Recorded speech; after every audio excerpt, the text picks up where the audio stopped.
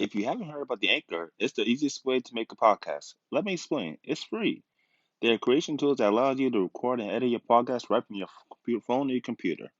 The Anchor will distribute your podcast for you, so it's easy to be heard on Spotify, Apple Podcasts, and many more. You can make money from your podcast with no minimum listenership. It's everything you need to make a podcast in one place. Download the Anchor app or go to anchor.fm to get started. Thank you very much. All right, good afternoon, everybody, and welcome to a special full episode of Just Gotta Have Heart Wrestling Podcast by yours truly, and the creator, the director, the everything behind the podcast, me, Jamal Holness. And I'm especially excited about this episode tonight because we're going to talk about some of the greatest but also shocking returns to WWE's history in the past 20 years. That's right, the year 2000 all the way through last year's 2020. And I gotta admit, we see a lot of great returns to WWE's history, but also a lot of shocking returns to WWE's history. And kind of some of those are kind of questionable outcome too, you know? If you gotta think about great returns, you gotta think about maybe the Undertaker returning as the biker guy, the American badass at Judgment Day 2000. Or Shawn Michaels return to the ring at SummerSlam 2002 when he hit one-on-one against his best friend, former Generation X member Triple H. Or we're going to forget the return of Brock Lesnar night after WrestleMania 20 with John Cena lost to The Rock. And signature F5 to John Cena right in the middle of the ring. Man, it's been incredible for some returns in WWE's history, you know? But first, I'm going to start off this one, though. Because I think recently, like I talked about this on one of my special Royal Rumble bonus episodes, that to me, I think by far, of at least the past couple years, the greatest return has to be when Edge came out number 22 at the 2020 Royal Rumble match last year. Who could have forget? You're hitting the countdown clock. You don't know what's going to come out next. And then you have, you think you know me. And then the whole crowd just went erupted. I remember I was watching with my mother and my grandfather, watching the Royal Rumble 2020 event. And just hearing that music, I'm like, holy, this is real? Like, and you see Edge come out there.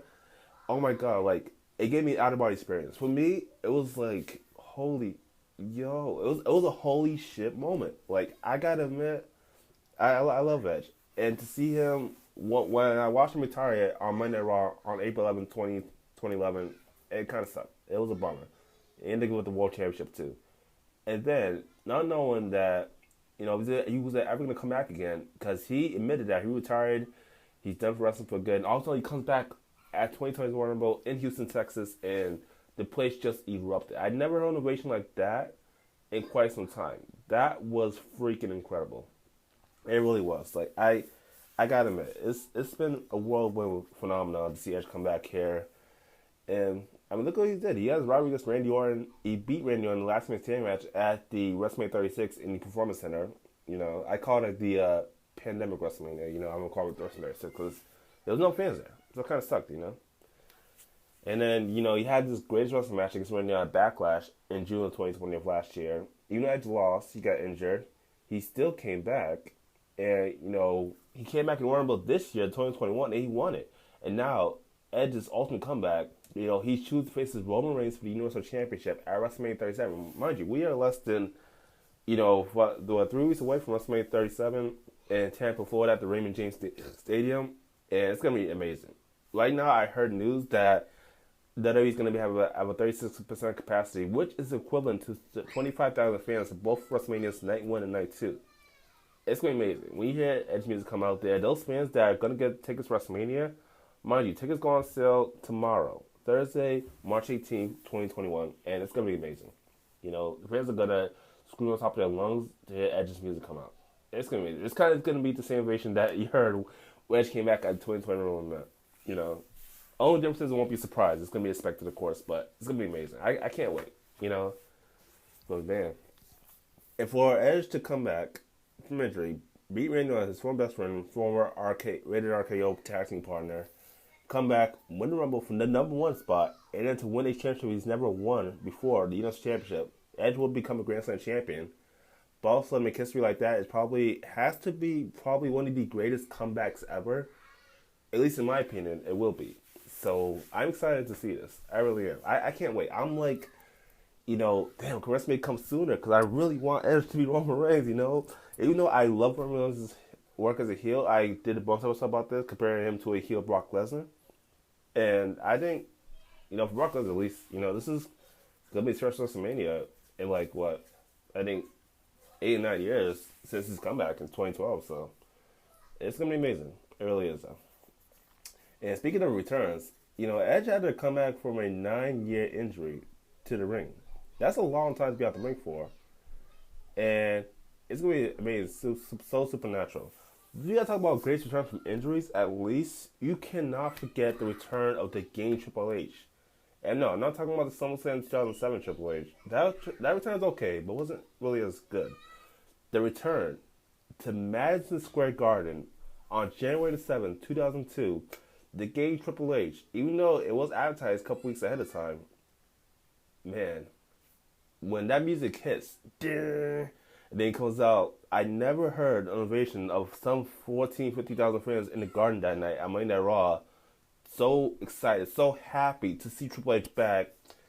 And Triple H comes out to the ring, does his signature, spin out the water. He says, "I am the Game, and you can bet I'm back." Like, that was incredible. I never heard an ovation like that. Mind you, Triple H got injured in May of 2001. Team with Steve Austin as Chris Jericho and Chris Benoit in a tag team title match that night. Triple H tore his ACL, had to get rehab from it, had to get surgery to come back. That loud ovation, it was very fitting because Triple H went on to win the 2002 Royal Rumble in Atlanta, Georgia, and then went on to defeat Chris Jericho at the WrestleMania 18. I just watched it too. I just watched WrestleMania 18 because it took place on this day 19 years ago. So then we'll come back, win the Rumble, beat Chris Jericho. Mind you, before WrestleMania happened, we had the Triple H Stephanie saga. Stephanie was trying to get back on Triple H's good side. Without the whole wedding renewal is going to happen. That went up in the air. Stephanie lied about fake pregnancy to try to keep her husband back there. And it's just amazing. Triple H overcome all that to beat Chris Jericho in the main event of WrestleMania 18 in the Skydome in Toronto on March 17, 2002, and become the Undisputed Champion. I think, as far as Edge comeback goes, if it does happen that similar way at WrestleMania 37 this year, trust me, it will be kind of comparison to Triple H's 2002 comeback, winning the Undisputed Championship at WrestleMania 18. I gotta admit, I was a big Triple H fan. It kind of sucks that we didn't see Triple H throughout the Invasion era when ECW, WCW invaded WWE and tried to take them out of business.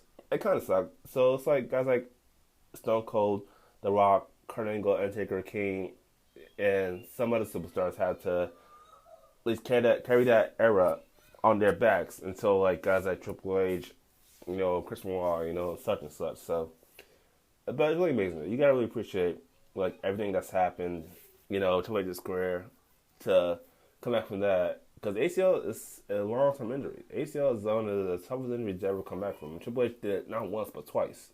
Triple H got injured again at News Revolution Town 7 in the same fashion, tag team match, team with Shawn Michaels, DX versus Rated RKO, Edge and Randy Orton for tag team championships.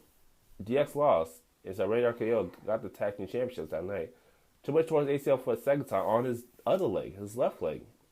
So it kind of sucks. Triple H had to get surgery, and you see the promos leading to SummerSlam 2007 with King Booker T calling out Triple H, claiming him the real King of Kings. And Triple H is coming back at SummerSlam 2007 and beating King Booker in good fashion, so. But I think that one was can't be compared enough to the one that happened, in Town 2. Town 2, that's probably the greatest return of Triple H's career ever. There was no crowd ovation louder than I've ever heard that night on TV. I think I was about 8 years old and watching that. It was just phenomenal. It really was. And man, this is pretty cool. Because one other debut that was shocking and non-expected. We had promos.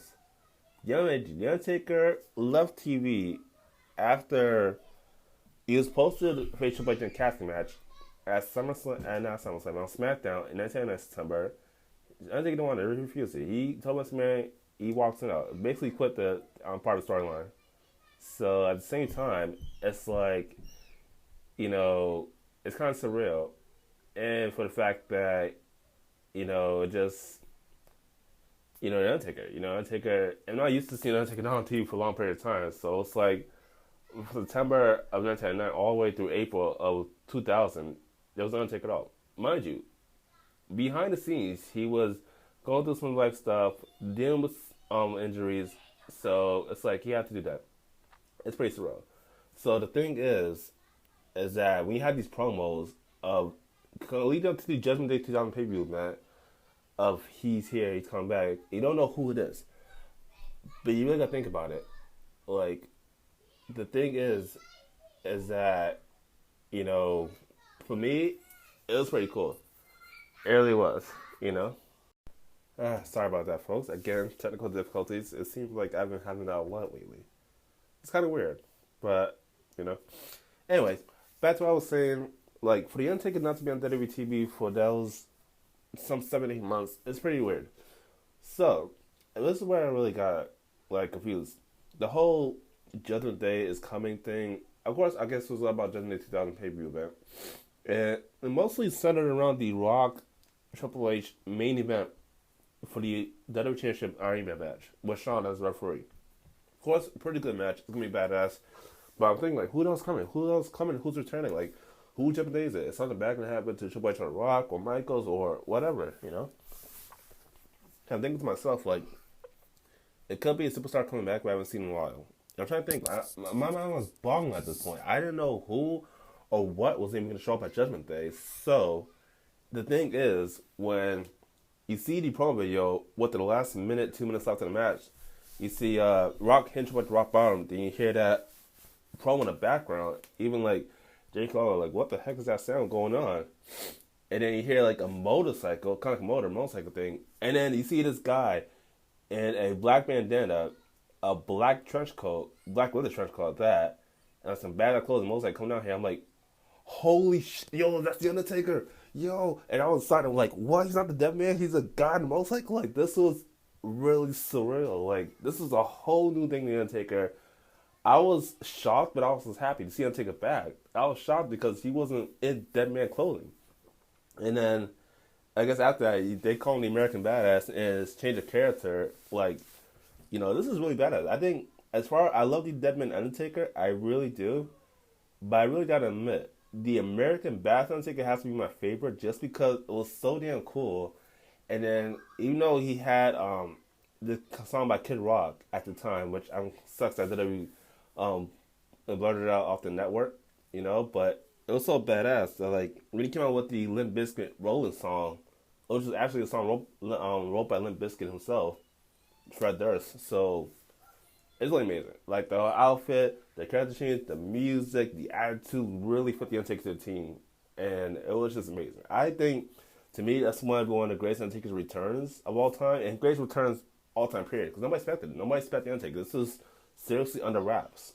So I really enjoyed it when he came out dressed like that with a whole new look. It was just bad ass. It was really cool. Really phenomenal. It really was. Oh, man. Well, again, all great returns in WWE's history.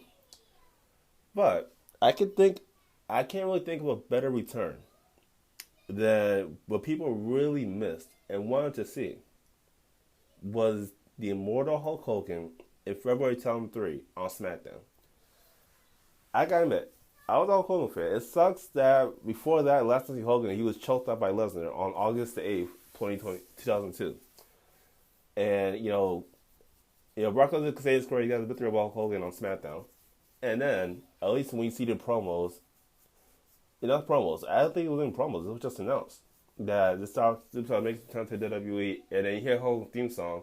It wasn't the old-fashioned Real American song. It was a different song, which it was like, at first it sounded kind of weird, but then I was like, I got used to it a little bit. So I was like, okay.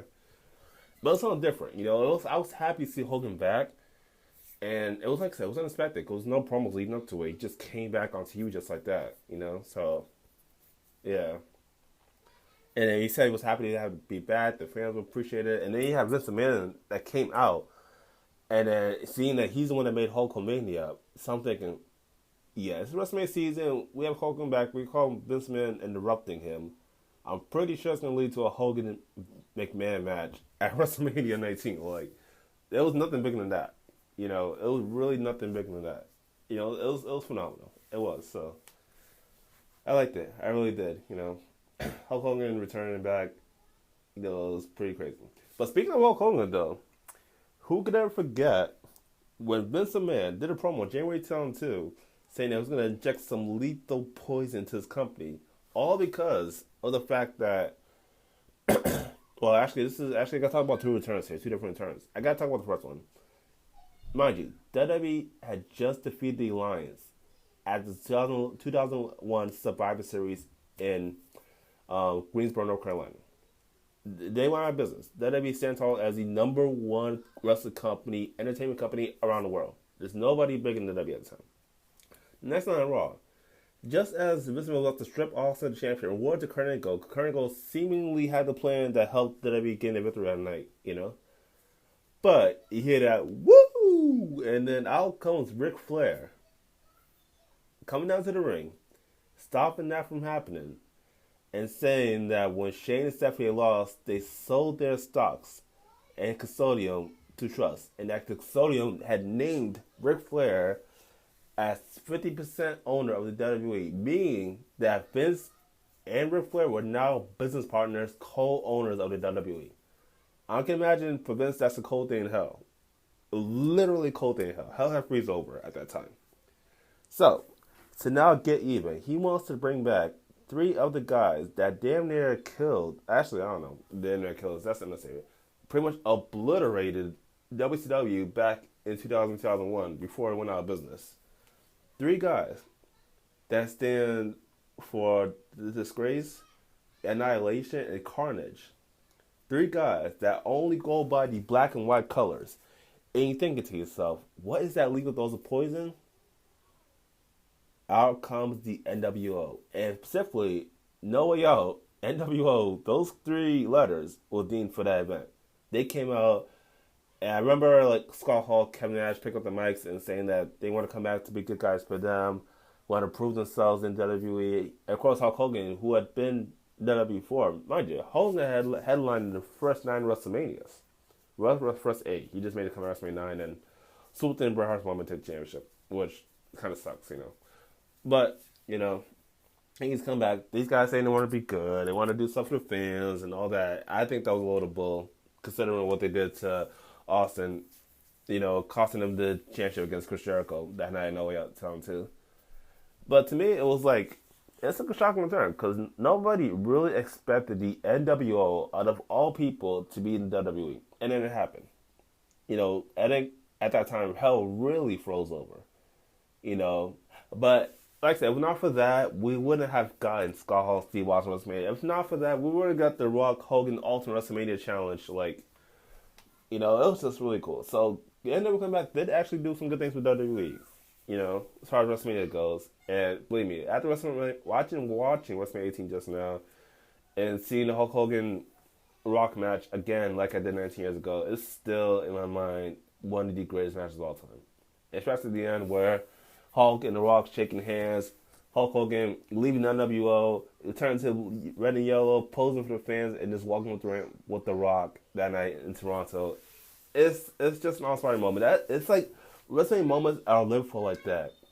And I hope, this WrestleMania, we're going to get a lot of WrestleMania moments, whether it'll be between Edge and Roman Reigns for the championship, or now Drew McIntyre versus Bobby Lashley for the WWE Championship. Either way, I have a feeling this WrestleMania this year, WrestleMania 37, is going to be WrestleMania that we never, ever forget. And to me, if you can't witness that, I don't know what else is going to want to jump out of your couch and just scream yes, Big tribute to Daniel Bryan in this moment right there. So, that's pretty amazing. But man, you gotta look about great returns though. It's really surreal, It's really surreal. Because not only superstars have made great returns, some legends have made great returns too. And this one definitely has to make my list as probably one of the great returns. Even had promos leading up to it. Even though I thought this never happened in history, because this guy's always been WCW.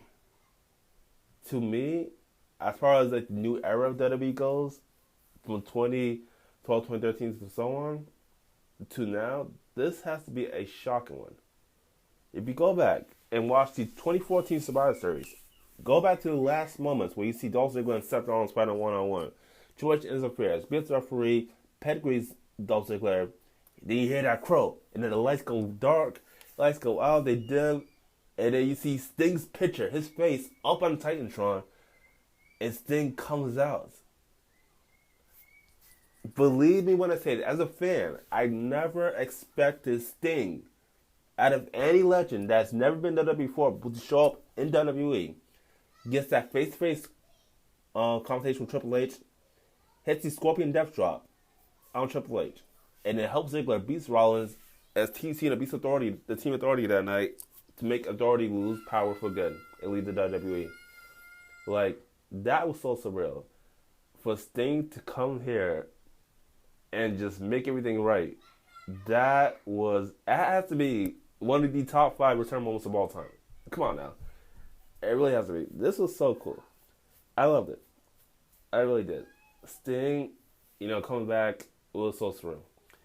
And the thing is, like, nobody expected it. Like, you've had guys like NWO come in, we're like coming back, but Sting, that was so surreal to the point, like, my jaw dropped. That has to be, and I still remember this very day. I was watching this Survivor Series, thinking, oh shit, Authority's gonna win. And this thing comes out here, takes down Triple H, helps Ziggler gets the win for Team Cena, and gave him the authority to lose power and leave the WWE for good. Like, that was so surreal. It was amazing. I didn't like the fact that, when they made the WrestleMania Challenge between Sting and Triple H at Fastlane 2015, and then Sting loses, But it was so cool, though, because we got to see something at WrestleMania 31 in 2015 that I'll never see. It's kind of like a continuation of the Monday Night Wars. We had D-Generation X face off against NWO. You had, like, X-Pac, Road Dogg, Billy Gunn come out here. You had the NWO come out here for Sting, which is kind of shocking too, because Sting and NWO have never really been on good terms. At one time, Sting was part of the red and black NWO with Nash, but at the same time, they never really seen eye to eye or been close veterans with each other.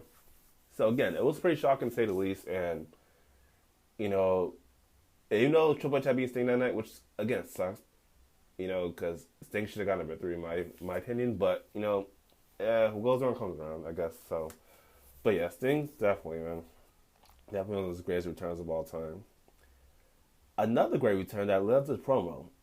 Mind you, in 2003, The Rock, after beating Stone Cold Steve Austin for the first time ever, finally beat Steve Austin in their third WrestleMania encounter.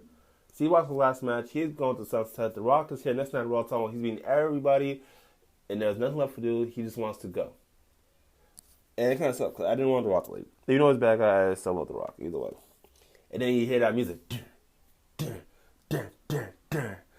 And then you see Goldberg coming out of his locker room, same fashion like he did WCW.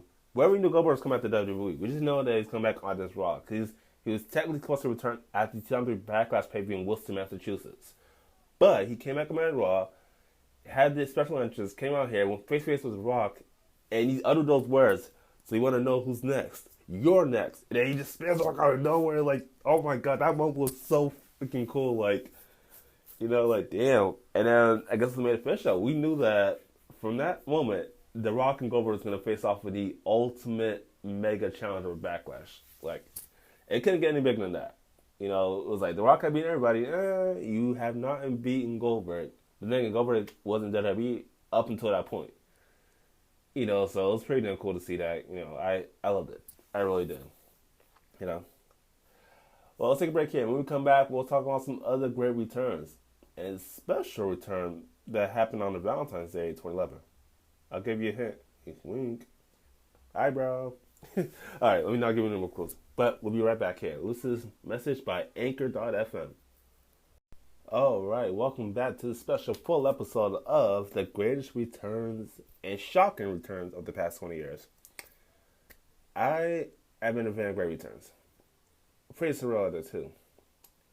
But there's no return that could really match up than what I saw in 2011. They were about to announce the host of WrestleMania 27, which is scheduled to be in Atlanta, Georgia, April 3rd, 2011. Of course, it's going to be headlined by, you know, Miz defended the championship against John Cena. But they said that this host would be so legendary that it's going to be probably one of the greatest things that could ever happen. So when you need somebody to host a big event at WrestleMania, even celebrity caliber, you can't really think of nobody to handle WrestleMania, especially host it in the city of Atlanta at the Georgia Dome that night. But this took place on Valentine's Day, 2011. I was laying in bed watching TV, not to suspect. I think I was on my phone. And then, you hear Justin Roberts on the microphone announcing the host of WrestleMania is. Then lights go out, and I'm hitting all this electricity. I'm like, you gonna take it? No, I'm taking scheduled for Triple H. And then you hear those words, if you smell, and I'm like, holy shit, The Rock is here. Oh my God. Like, and he comes out, and he had the new look. He had the shaved head. He got a little buffer. No, I can't say little. A little's an understatement. He got a lot bigger and has glasses. He looked like a freaking megastar coming out there that night. Mind you, we haven't seen The Rock since Challenge 4, running around when he confronted Randy Orton. That's the last time we ever seen The Rock. And that promo was funny too. But damn, to see him like this, like 7 years later, that was unexpected. Those are one of those returns that are really unexpected here. And it's like, you just gotta live with it. You gotta really embrace it. And I really felt the electricity going through my body that night. I know, it's funny how I said that. But, The Rock coming back here and then saying finally The Rock has come home, and like The Rock has finally come back to host WrestleMania. And it's pretty cool. And then, this is the infamous word I said. This is what I most remember from that promo he did that night. He said, we went from Stone Cold Austin 316 era to the jabroni eating, pie eating era, to all the way to the you can't see me thingy and making fun of John Cena. I'll tell you, there's a lot of people trying to come at John Cena over the past number of years. I think The Rock did the best. That was something special. And I'm thinking, okay, I was setting up for a Rock and John Cena match because that would be something. But of course, that's not going to happen at WrestleMania 27 because John Cena was only built to face the Miz. So somewhere down the line, we are going to see John Cena and The Rock face off one-on-one.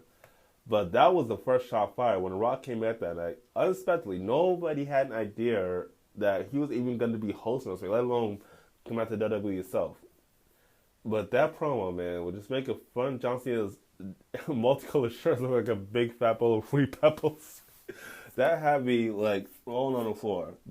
I was like The Rock had never left it. He was still here. It was still funny as ever. And it was incredible. It's one of the most incredible promos I've ever seen. One of the most incredible returns I've ever seen. And it was just that good, It really was. I love that The Rock return. Especially on Valentine's Day. Of all things, it's like, damn, you gotta love something. Love The Rock's return from B-Day 2011 on Monday Night Raw. Like, come on. It doesn't get any bigger or better than that, for the most part. Oh, man. I loved it. Leading to WrestleMania 27, he gets involved in the main event between Rock and The Miz. And Rock out John Cena. But mind you, prior to the week before Man Raw, Rock on the Go Home Raw edition of WrestleMania, when John Cena AA The Rock in the middle of that ring, I was like, damn, this is going to be something special here. The Rock and John Cena back and forth. And then the night of WrestleMania, they announced that doing WrestleMania 28 1 year from now. That means they had a whole entire year to, 363 days to be exact, to hype it up, really get it all out there, because they're going to face off in the main event of WrestleMania 28 in The Rock's hometown, mind you, of Miami, Florida. That moment itself, The Rock returning, it just couldn't get any bigger than that. That was really freaking amazing. It was unexpected. It was amazing. I had goosebumps, It was just simply amazing, But if you gotta really talk about great returns, there's another special comeback that nobody really expected. Because, it's unexplainable, But I think out of any superstar or legend in this case, because this guy's a legend, this one I'm about to talk about next, nobody had ever expected the return of Shawn Michaels in Town 2. And I don't want to play about too much because I'm going to, talk about this, on one of my podcasts, I definitely am. In probably about a couple weeks or so. The thing is like, okay, Shawn Michaels had lost to Austin at WrestleMania 14 main event. for the championship. That's kind of to pass up the torch right there. Mind you, Shawn Michaels done some appearances, some refereeing some matches, etc. Even Shawn played the part of NWO on TV, which I'm still confused about. I don't know how even that came to play, but it happened. And then this is Shawn Michaels' comeback at Vengeance, and B Party Raw roster announced by Eric Bischoff himself. Tried to bring back DX with his best friend Triple H. They tried to do the whole DX thing next time at Raw. Triple H ended up turning on Michaels, pedigree him, and they set up for that match, that unsanctioned match at SummerSlam. It's just incredible. But just to see a guy that rehabbed his back from injury he got at the Royal Rumble 1988 against The Undertaker in the casket match for 4 years, to come back and do it again for another 8 on top of that, that's incredible. I felt like at that point Shawn Michaels was Iron Man. Like you think he's down, but he'll come back stronger, better than ever. He wasn't the same HBK like he was in the 90s, But I think at this point he was the more evolved HBK. Like I said, he went on to become champion again at Survivor Series. That was his last championship. His World Championship, unfortunately. But it was still amazing just to see HBK come back because nobody expected it. I was a big HBK fan. I was a big Shawn Michaels fan. And for him to come back and win, he beat Triple H at SummerSlam Town too, and won that matchup to let everybody know that Shawn Michaels is indefinitely back and better than ever. It's like he had never left, And I appreciate that time because there's a lot of wrestlers that go away, get injured and go away, just never come back. Especially from a back injury, having major back surgery. And I can admit, an injury like that would definitely put you on the shelf forever. But no. Shawn Michaels came back better than ever. And it was just all was right with the world again. That's how cool it was. That's how much I appreciated it at that time, having Shawn come back and just still be one of the the greatest wrestlers to ever dominate the 90s and still dominate the 2000s. It's incredible. It really is. It's one of the moments I appreciated, and it was simply amazing. It really was. I really appreciated that, Oh, man. You gotta admit, there's been some really great returns in WWE's history. It really has been, But I'm gonna throw this little monkey wrench in there because I gotta mention this too, though. Mind you, let's talk about Seth Rollins for a little bit. Seth Rollins was on top of the world in 2015. Mind you, he had Cash Money Bank and the Michael Cole, quote, heist of the century at WrestleMania 31 and the Brock Lesnar Roman Reigns main event for the WWE Championship. He becomes WWE Champion, unexpectedly. That was shocking in itself. Then he goes on to beat John Cena at SummerSlam to unify WWE in the United States Championship as the first person ever to do that. First, only person. Nobody's ever done that since then. Seth Rollins will have that achievement of holding the WWE Championship and the United States Championship at the same time. And to beat John Cena at SummerSlam, that's a huge accomplishment itself. Not many people can say that. Maybe Brock Lesnar, but, yeah. But, again, and then Seth Rollins gets his injury. Mind you, he's supposed to defend the WWE World Championship against Roman Reigns at Survivor Series. That was the planned main event. He gets injured at a live event against Kane in a tables match. Tears the ACL. Same thing like Triple H did in 2001. In 2007, of course. So it sucks. Seth Rollins has to go to the championship and never be seen in WWE for the rest of 2015 and damn near half of 2016. He even missed WrestleMania. It kind of sucked, Even though Seth Rollins is a bad guy, I was a major Seth Rollins fan. Anything Seth Rollins had to do in WWE, he just made it like that. Mind you, Seth Rollins is the first ever NXT World Champion. A great accomplishment itself. He was part of the legendary trio known as the Shield. So he even has won Money in the Bank in 2014 in Boston. It couldn't get any better than that. Seth Rollins was a master wrestler. He really was. So, you don't know when Seth Rollins coming back. Roman Reigns is the champion, being Triple H from 32. Having this rivalry against AJ Styles, I liked it. Well, I don't know. It's kind of seemed weird a little bit. If you gotta think about it, Roman Reigns and AJ Styles rivalry was okay. It wasn't the best. Even though it was the first time ever thing, because you seen them face off each other in the Royal Rumble for a couple minutes and that's it. So now they have a match. They had a match at Payback. Roman Reigns beats AJ Styles. Okay, not bad. Roman Reigns can say he beat AJ Styles. I would have loved to AJ Styles beat Roman Reigns to become WWE champion, but I think that would have been way too early for somebody to come in to WWE. Even though you've been around the world, every company, and you finally come to WWE and win a championship in 3 months, it wouldn't have made it special just because it's so early. So cool. Keep the championship Roman Reigns. And then you had the Extreme Rules match between these two at Extreme Rules 2016. And then Roman Reigns ends up beating AJ Styles again. Like, okay, yeah, this rivalry's kind of dead in water. But give Roman's a new challenger, for this pay per view, at least Money in the Bank. So, yeah, the fans looking to the entranceway. Roman's posing with the championship, and you see Seth Rollins come out of nowhere and pedigrees Roman Reigns and holds up the world championship like this is still mine. That was crazy. I was excited to see Seth Rollins come back. For the most part, people didn't notice that night. He had no more of the yellow dye on the right side of his head. I'm glad I got rid of it. He looks better all black hair, anyways. But damn, to see Seth Rollins come back and make the statement like I'm back and I want what's mine again, the WWE Heavyweight Championship, like that was just surreal. And then we got that special because we didn't, mind you, there was two times in history that Roman Reigns and Seth Rollins supposed to face 1-on-1 at Clash of Champions 2014 and then Survivor Series 2015. Both those matches never happened because one, Roman Reigns got injured in 2014, Seth Rollins got injured in 2015. So finally, thanks to WWE for making that match at the greatest Money Bank pay-per-view of all time in 2016, Roman Reigns and Seth Rollins 1-on-1. Even though Seth Rollins beat Roman Reigns 1-on-1 that night and got back his championship, Dean Ambrose ended up cashing Money in the Bank. But for those that don't know, Dean Ambrose formerly is Jon Moxley right now at AEW. Wins the championship by cashing Money in the Bank that he won an hour ago in his hometown Las Vegas that night. But it's just surreal though, Seth Rollins coming back, making a statement that night, Extreme Rules. I gotta kind of put that as a shocking return, because it was never advertised. It was definitely not promoted, ever, not even once. So, but it was just like it was so surreal. It was cool. It was definitely like one of those coolest things that you could ever see and witness. So I loved it. I really did. Oh man. Well, like I said, we'll take a break after this and we'll come right back here. All right, welcome back to the special full episode of God Have Heart Wrestling. I'm Jamal Holness. This is my episode, shocking great returns in WWE's history in the past 20 years. I'm going to limit too much here because it seems like in WWE's history, most shocking returns have happened during the one WWE special event every year in the month of January, the Warner Bros. I talk about Edge's return, how it was so fascinating in 2020 last year. And probably one of the only great things to come out of 2020 last year was Edge returning at the Warner Bros. Event. We've had some other great returns at the Warner Bros. Event.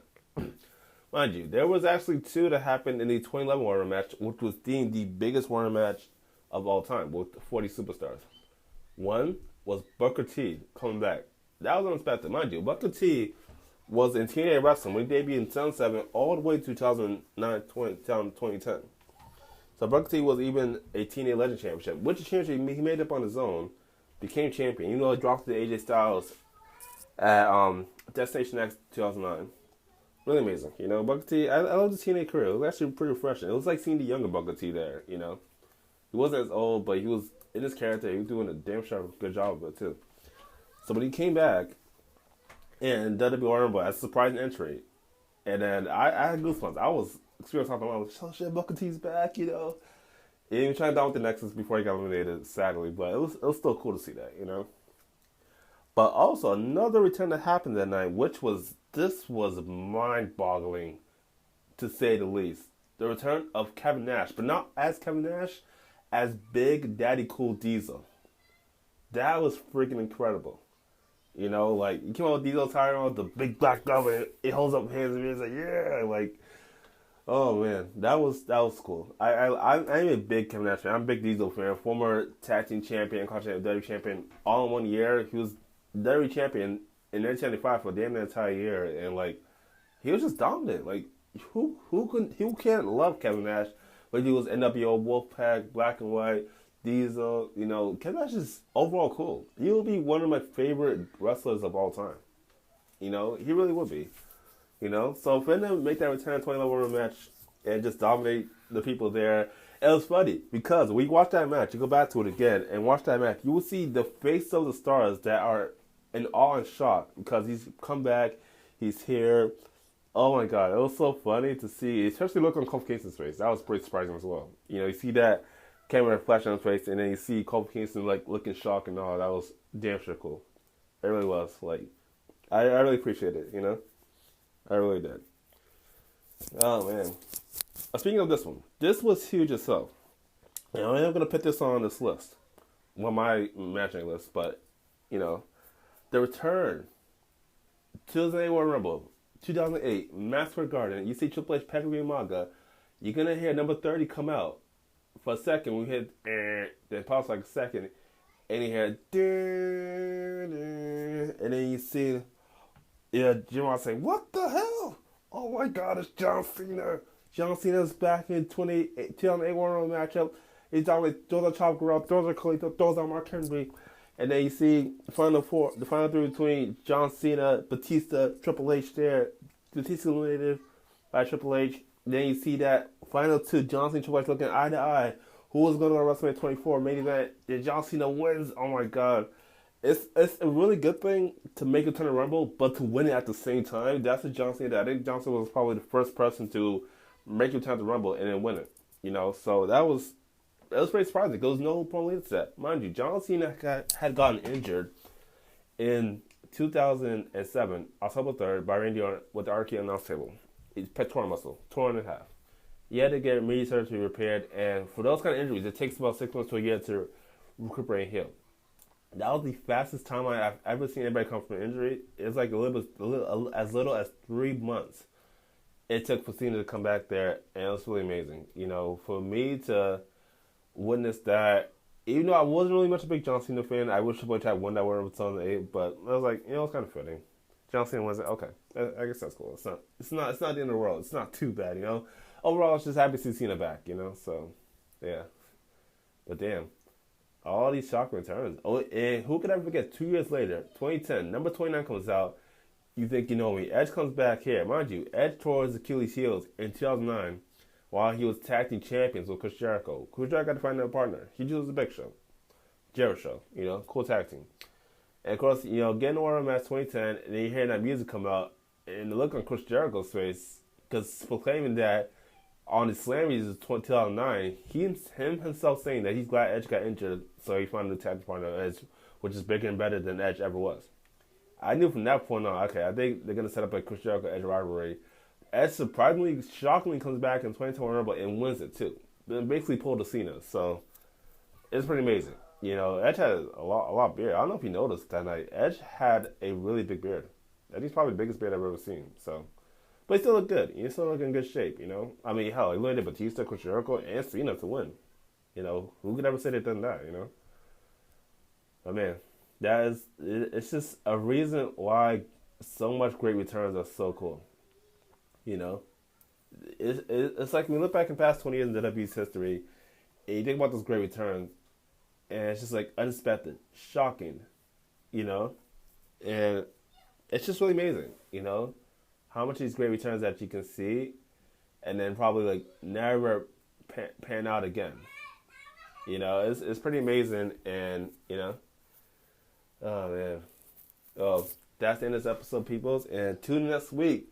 Because I give a big shout out to The Undertaker's real name, Mark Calloway. His birthday is next week, Wednesday. Me and my friend of mine from the UK, we are going to be talking about the Decade of the Dead Man.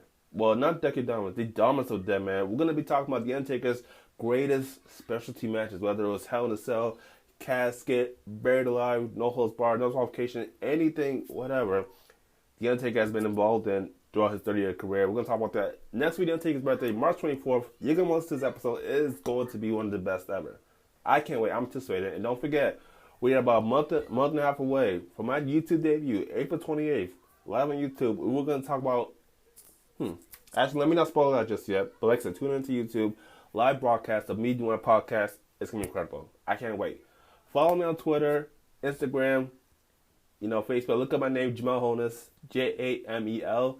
HOLNESS, and I'm actually gonna throw a curveball out there. I'm gonna give you guys my phone number just to, say like if you guys want to call in, throw some any topics at me, 617-888-5174, and I love to hear feedback from you guys. The main thing is like I do this on my Anchor app every day or every week specifically, and just gives me the satisfaction knowing that you guys are tuning in from whatever country. Whatever age you are, it's just so surreal. I'm proud of myself, and I want to give you thanks to you guys for supporting me these past 6 months of me doing this now. And like I said, the ride's not over yet. I'm going to take this ride how long as I have to. Whether it's 2, 3, 5, 10 years, as long as I go with this podcast, it's gonna be special because I have an encyclopedia of the W in my mind from like '80s to now. So that's why I love talking about it. Anybody who asks why I love the WWE, you're gonna give me about a whole day to explain why. Or even more than a day. Because it's just fun. It's what my life had been revolved around. Ever since I was a baby.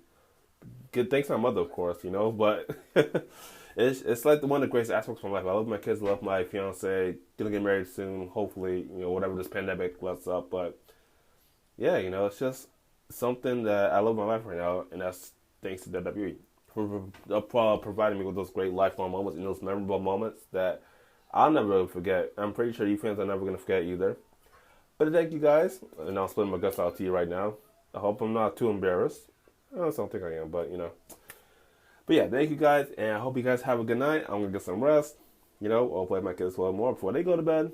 But yeah, thank you guys, and good night. Thank you for this episode.